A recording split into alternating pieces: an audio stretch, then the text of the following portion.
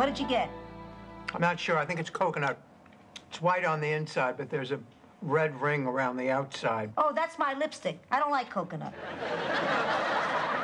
No, that's disgusting. That piece of chocolate was in your mouth, and I just put it in mine. Big deal. We took a bite out of the same piece of chocolate called C. Everett Koop. I only breastfed you for the first 2 years of your life. You want to talk disgusting? That's disgusting. All right, enough already. Don't take it out on me because your date dumped you on Valentine's Day. Edgar did not dump me. He and his lawyer were called out of town on urgent business. Oh, please. The man sells bird baths for a living. What happened? A sparrow slipped into suing him? I can't believe it. Raymond called. He's got the flu and he can't take me to the big Valentine's Day dance. Oh, I guess I'll be keeping you company, Dorothy. Why do you automatically assume that I don't have a date? She assumes there are 7 days in a week. Have another piece of chocolate, Ma. The doctor didn't know what he was talking about when he said they were bad for you. Well, have you ever seen anything more devastatingly beautiful in all your life? Gosh, let's see. That was a rhetorical question, Rose. When are your dates picking you two up? We don't have any dates, Blanche. No dates? On Valentine's Day? Oh, you poor things. Oh, I feel awful for you. Well, the important thing is to keep your spirits up and don't get upset. Oh. Hello. Oh, hello, Steve. I'm all ready to go. What are you talking about? I spent all day getting ready. Oh, I could just scratch your eyes out. I hate you, I hate you, I hate you, drop dead. What's wrong? Nothing. Well, don't wait up. Good night. Blanche, Steve called and canceled your date, didn't he? Yes.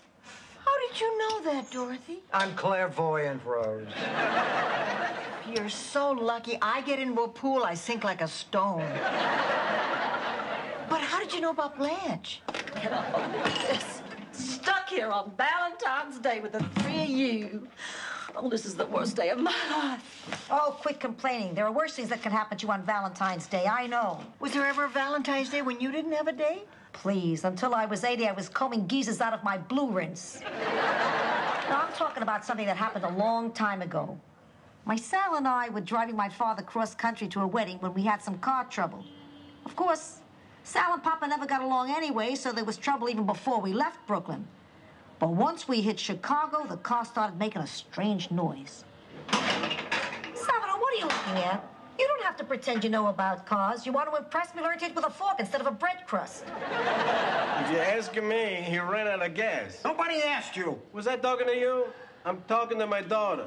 To me, you don't exist. And who's driving you to your niece's wedding in California? Salvador, you're upsetting Papa. Would you please find a mechanic? It's freezing in here. Of course it's a freezing in here. Mr. Ziti for brains decides to take a shortcut through Chicago in the dead of winter. Papi didn't plan it that way. He lost the map. He didn't know where he was going. I could have told him where he was going. I told you where he was going the first time I met him. Nowhere. That's where he was going. You married a bum. Oh, excuse me. We're having a problem with the car. Oh, I'm sorry. I'm starting my lunch break. And when I get back, I got 3 jobs ahead of you. Oh, my beautiful. Just what I always dreamed about, spending the winter in Chicago. And, of course, the volcano season in Pompeii. Look, here's $2. Will you let me your tools while you're gone?